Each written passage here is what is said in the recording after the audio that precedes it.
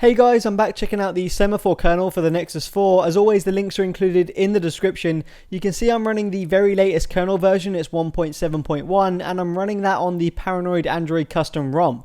So yeah, let's do it. Okay, so the first thing we're going to talk about here is the kernel features. Now, it has its own kernel app that's available in the Play Store for free, so that's what I'm going to be using in this video. You can, of course, use the Trickster mod app if you prefer, so yeah, let's go ahead and dive in. So the kernel itself is actually pretty similar to the stock kernel, but with some enhancements. It hasn't got a ton of different features. The frequencies are stock, so 384 megahertz for the minimum, and no overclocking here either, so 1.5 gigahertz for the max. Now, it does allow you to customize the governors, although they have been tweaked already, so it's probably best to leave these alone unless you know what you're doing.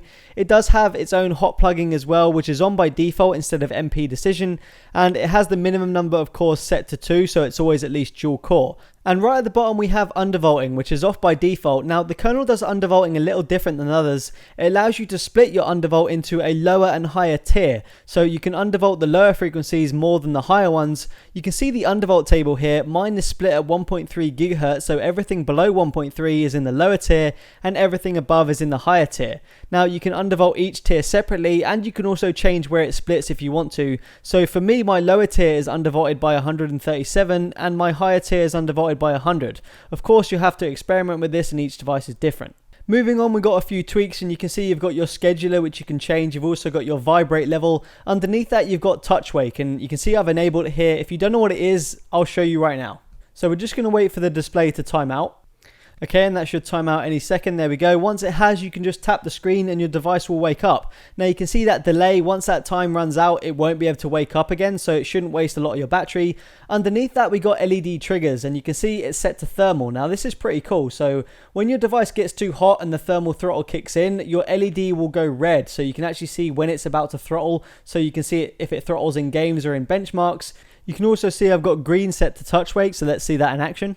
So we're waiting for the display to time out here, and there we go. You can see that green LED has appeared, which shows us touch wake is active.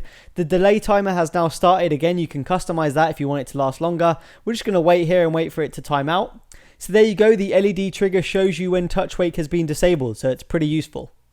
Next up, we got screen calibration. So this kernel does support changing the screen colors and the gamma, so you can do that. I will say the app isn't quite as easy as some of the other ones. You can see you have to put in the exact numbers, but you can get that off XDA if you want to use it nonetheless, or you can use Trickster. There's also a pretty cool feature here called pick up phone. Now I can't actually show you this, but I have tried it and it does work. Once you enable it, when you receive a call, you can just pick up the phone and put it near your head and it will just automatically answer. You don't have to worry about pressing the button. Like I said, I can't show you, but it does work, so just take my word for it. And you can also disable touch wake here when you get a call. So moving on to performance. Now the kernel is very well balanced. It's not the fastest kernel I've tested, and if you're into pure performance and overclocking, this probably isn't going to be the kernel for you. Now don't get me wrong, by no means is the performance bad, it just doesn't feel that special either.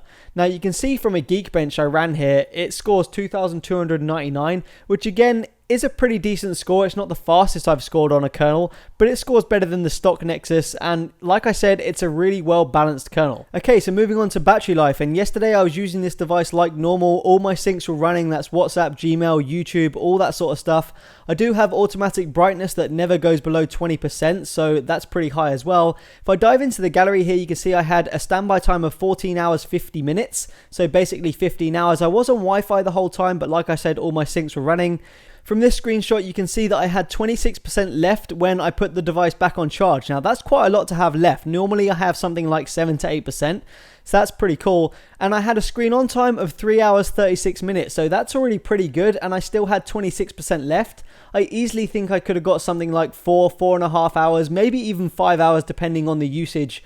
So in my opinion, I think that's a pretty good battery life, especially with a standby time of 15 hours. I was really impressed with that. So it definitely delivers a good balance of performance and an excellent battery life. So if that's something you're looking for in a kernel, definitely give this one a shot. Peace out.